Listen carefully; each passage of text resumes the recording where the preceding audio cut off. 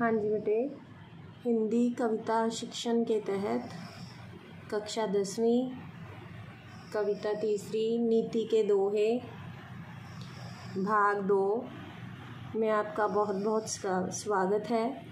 इस भाग में हम कवि बिहारी के दोहों की व्याख्या करेंगे। वर्ड टू वर्ड एक्सप्लेनेशन आपको बताई जाएगी। कवि बिहारी के बारे में एक बात बहुत प्रसिद्ध है बेटे कि ये कवि ऐसे हैं जो गागर में सागर भर सकते हैं। गागर में सागर मतलब कि बहुत कम शब्दों में बहुत कुछ कह देना। भाव कि शब्द इन्होंने बहुत कम प्रयोग किए हैं लेकिन उनका अर्थ बहुत ही ज़्यादा होता है। तो चलिए हम शुरू करते हैं बिहारी के दोहे। सबसे पहले आप वर्ड टू वर्ड एक्सप्लेनेशन करेंगे। इसमें मैं हाइलाइटर से आपको बताती जाऊंगी, साथ साथ में आप एक्सप्लेन करके वर्डों के अर्थ लिखते रहेंगे जो मुश्किल शब्द हैं। पहला दोहा, कनक कनक ते सोगुनी मादकता अधिकाय, वह खाए बौरात है यह पाए बौराए। यहाँ पर 2 बार कनक कनक शब्द का प्रयोग किया गया है। प्रथम कनक का अर्थ है सोना और दूसरे कनक का अर्थ है धतूरा। आप लिख लो इनको। ते 100 गुनी मतलब 100 गुना ज़्यादा। मादकता का अर्थ हुआ नशा। अधिकाय अधिक। कि बिहारी जी क्या कह रहे हैं कि सोने में धतूरे से 100 गुना ज़्यादा नशा होता है। वह खाए बौरात है। अगर धतूरे को मनुष्य खाएगा तो पागल होगा। बौरात का भाव है पागल। यह पाए बौराए, लेकिन सोने को तो पाने मात्र से ही, सिर्फ प्राप्त कर लेने से ही मनुष्य पागल हो जाता है। कौन से नशे में? घमंड के नशे की बात की गई है कि जिस व्यक्ति के पास पैसा या धन आ जाता है तो उसमें घमंड आ जाता है। ये सब पर लागू नहीं होती, लेकिन बिहारी जी ने यहाँ पर कहा है कि सोने में धतूरे से 100 गुना ज़्यादा नशा होता है।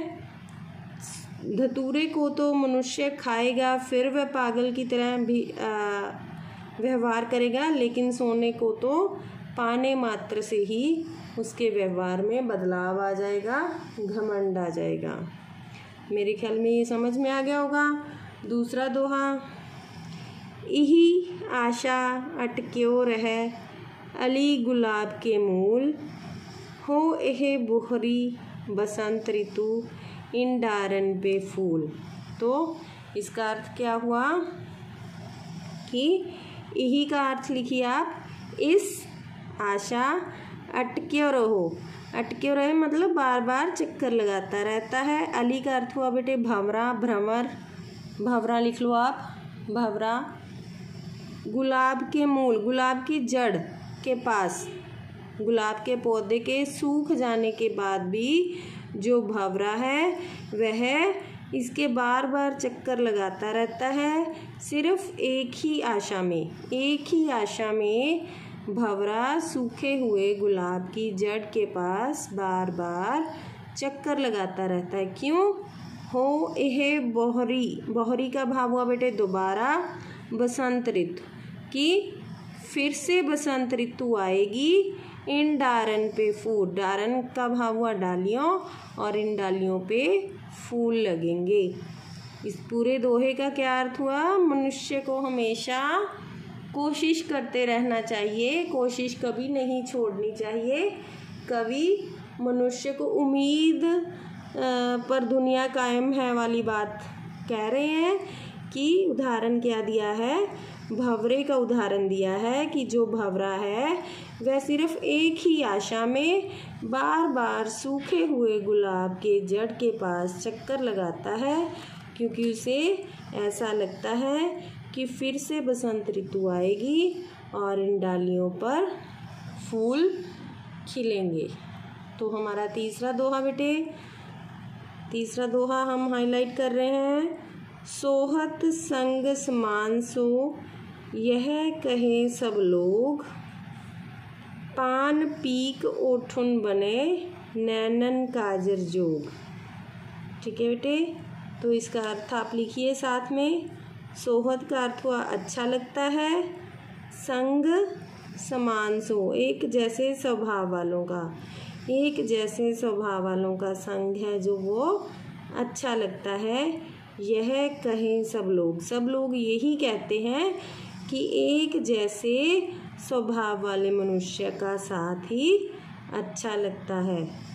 इसके लिए उदाहरण क्या दिया है इन्होंने, पान पीक, पान की जो लालिमा है कहाँ पर अच्छी लगती है, ओठुन बने, ओठुन का मतलब है होंठों पर, पान की जो लालिमा है वो होंठों पर अच्छी लगती है।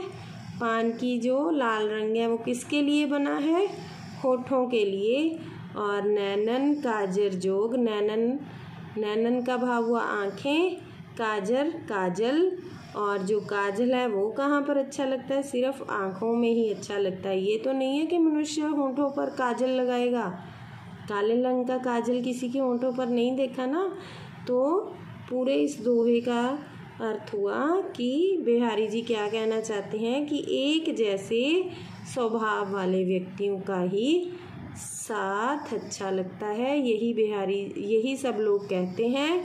उदाहरण देते हुए बिहारी जी कहते हैं कि पान की पीक की लालिमा होठों पर ही अच्छी लगती है और काजल आँखों पर ही अच्छा लगता है। ऐसे ही एक जैसे स्वभाव वाले व्यक्तियों का साथ ही अच्छा लगता है। ठीक है, तो समझ में आ गया होगा। चौथा इनका लास्ट दोहा, गुनी गुनी सब कहें निगुनी गुनी न होत, सुन्यो कहो तरु अर्कते अर्क समान उदोत। तो कवि बिहारी जी क्या कहते हैं, गुनी गुनी मतलब गुणवान व्यक्ति को बार बार गुणवान गुनी गुनी गुणवान सबके कहे, निगुनी गुणहीन, निगुनी का भाव क्या हुआ, निगुनी का अर्थ हम लिखेंगे गुणहीन, गुणी न होत, गुणवान नहीं बन जाता। तो प्रथम लाइन का इसका अर्थ क्या हुआ कि किसी भी अगर हम गुणहीन व्यक्ति को बार बार गुणवान कहें तो वो गुणवान नहीं बन जाता। किसी भी गुणहीन व्यक्ति को अगर हम बार बार गुणवान कहें तो गुणवान वह नहीं बन सकता। इसके लिए उदाहरण देते हुए कहते हैं, सुन्यो कहूँ, ये कहीं भी ना सुना गया है और ना ही कहा गया है। तरु का भाव हुआ वृक्ष, अर्क आँख का, और दूसरे अर्क का अर्थ हुआ बेटे सूर्य, दूसरे वाले अर्क का अर्थ है सूर्य, जो प्रथम अर्क है उसका अर्थ है आँख का पौधा, और उदोत प्रकाशवान। शब्दों के अर्थ आपने लिख लिए। यह ना तो सुना जा सकता है और ना ही कहा जा सकता है कि आँख का जो पौधा है वो सूर्य के समान प्रकाशवान हो सकता है, जबकि दोनों का नाम अर्क है लेकिन दोनों के स्वभाव में बहुत ज़्यादा अंतर है। इस तरह गुणहीन व्यक्ति को गुणवान कहने से एक ही बार बार एक ही बात उसे कहने से वो गुणवान नहीं बन जाएगा, वे गुणहीन ही रहेगा, मूर्ख ही रहेगा। मूर्ख व्यक्ति को हम अगर गुणवान कहें तो वह गुणवान नहीं बन जाता, वह मूर्ख ही रहेगा। और इसी तरह अगर आँख के पौधे को सूर्य के समान समानता दें तो वह उसके समान प्रकाशवान नहीं बन सकता, क्योंकि आग के पौधे को भी अर्क कहा जाता है और सूर्य को भी अर्क कहा जाता है। दोनों का नाम एक है लेकिन गुणों में बहुत ज़्यादा अंतर है। सूर्य के समान आग का पौधा नहीं हो सकता। मेरे ख्याल में आपको ये अच्छे से समझ में आ गया होगा। ये लास्ट दोहा दोबारा से समझा रही हूँ। बार बार मूर्ख व्यक्ति को अगर हम गुणवान कहेंगे तो वह गुणवान नहीं बन सकता। उदाहरण देते हुए बिहारी जी कहते हैं, यह कहा भी गया है और सुना, ये कहा भी जाता है और सुना भी जाता है कि बार बार अगर हम अर्क के पौधे को, आँख के पौधे को सूर्य कहकर पुकारें तो वह उसके समान प्रकाशवान नहीं हो सकता, क्योंकि दोनों का जो नाम है वो एक है लेकिन गुणों में बहुत ज़्यादा अंतर है। तो इन चारों दोहों की व्याख्या बेटे फिर से आप सुन लीजिए। कनक, यहाँ सोने में धतूरे से 100 गुना ज़्यादा नशा होता है, और इसके लिए कवि बिहारी जी कहते हैं कि धतूरे को तो खाने से मनुष्य पागल होता है, लेकिन सोने को तो पा लेने मात्र से ही मनुष्य के स्वभाव में पागलपन आ जाता है, घमंड आ जाता है। दूसरा दोहा कि मनुष्य को हमेशा आशावान रहना चाहिए, उम्मीद रखनी चाहिए। इसके लिए उन्होंने भंवरे का उदाहरण दिया है।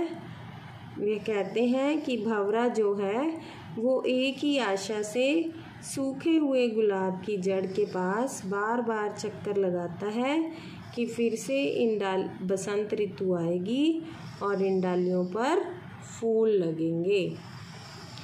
तीसरा दोहा आ गया बेटे, हमेशा एक जैसे स्वभाव वाले व्यक्तियों का ही साथ अच्छा लगता है, यही सब लोग कहते हैं। इसके लिए उदाहरण देते हुए कहते हैं कि जैसे पान की लालिमा है, पान की जो पीक है, लालिमा है, वो होंठों पर ही अच्छी लगती है और काजल नैनों में ही अच्छा लगता है, इसी तरह समान स्वभाव वाले व्यक्ति ही साथ में अच्छे लगते हैं। हमारा आखिरी दोहा आ गया बेटे बिहारी जी का। बार बार किसी मूर्ख को अगर गुणवान कहा जाए तो वह मूर्ख गुणवान नहीं बन जाता। जिस प्रकार आँख के पौधे को भी अर्क कहा जाता है और सूर्य को भी अर्क कहा जाता है, लेकिन दोनों के गुणों में बहुत अधिक अंतर है, इसलिए आँख के पौधे को सूर्य के समान प्रकाशवान नहीं समझा जा सकता। बेटे मुझे आशा है कि आपको ये चारों जो बिहारी जी के दोहे हैं वो अच्छे से समझ में आ गए होंगे।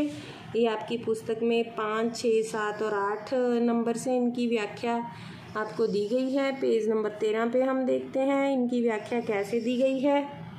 और आप व्याख्या लिखने से पहले एक बार मेरी वीडियो ये वाली ज़रूर सुनेंगे ताकि आपको अच्छे से समझ में आ जाए। ये रही इसकी पेज नंबर 13 पे व्याख्या। 5वें दोहे में बिहारी जी सोने का नशा धतूरे के नशे से 100 गुना अधिक है, क्योंकि ये सारा आप पढ़ेंगे और पहले मेरी वीडियो सुनेंगे, फिर इसको पढ़ेंगे और फिर अपनी पक्की कॉपियों पर इसको नोट करेंगे। और वीडियो को लाइक, शेयर और सब्सक्राइब करना नहीं भूलें बेटे। इससे करवाने वाले का जो मन है वो उसमें साहस में बढ़ोतरी होती है कि हाँ मैंने अच्छा करवाया। अगर आपको वीडियो अच्छी लगे तो इसको लाइक ज़रूर कर दीजिएगा। धन्यवाद।